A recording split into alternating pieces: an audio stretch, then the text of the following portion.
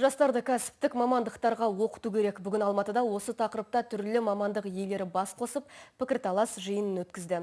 Ресми дерек бойынша елімізде жұмыссыздық деңгейі 5,2% құрап отыр. Сонымен қатар мамандардың айтуынша қазіргі жастардың көбі жұмысқа орналасу үшін дипломдарын қажетсінбейді екен.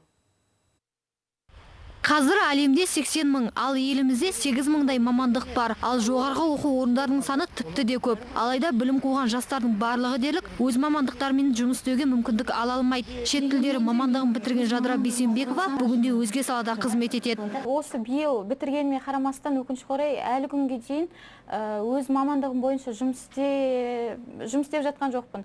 Қазір дегенмен де қаншалықты іздей бересің? Қазір басқа мамандық бойынша жұмыс істеуге мәжбүрмін, ашығын айту керек. Ал жаңағы неге өз мамандығым бойынша жұмыс істемейсің деген сауалға жауап ретінде айтарым, өкінішке орай таныссыз қазір мүмкін емес болып тұр. Бейресми статистикалық деректер бойынша бүгінгі таңда жас мамандардың 50% өз мамандығы бойынша жұмыс істемейді, және 70% мамандықты дұрыс таңдай білмейді. Оған мектеп бітірген түлектердің ата-аналарының да айыбы бар болса керек. Жұмысшы мамандықтардың жаңағы деңгейінің төмен екенін, оны күнде үйіне айтады. Ой, сварщик болма, анау болма.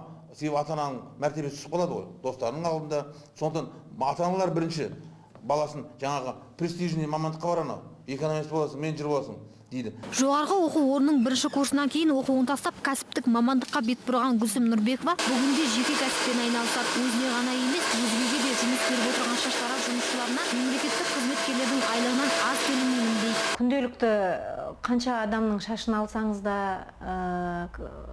қаншалықты табысыңыздың бар екендігі, жоқ екендігі өзіңізге белгілі болып тұрады. Ертеңге жоспарлаған кезде мен осы бір айда осындай жоспар жасай алам деген айлықты уже өзіміздің қолымызбен жасай аламыз. Клиенттерге ұсыныс жасағанда да, реклама жасаған кезде де барлығы өз қолымызда.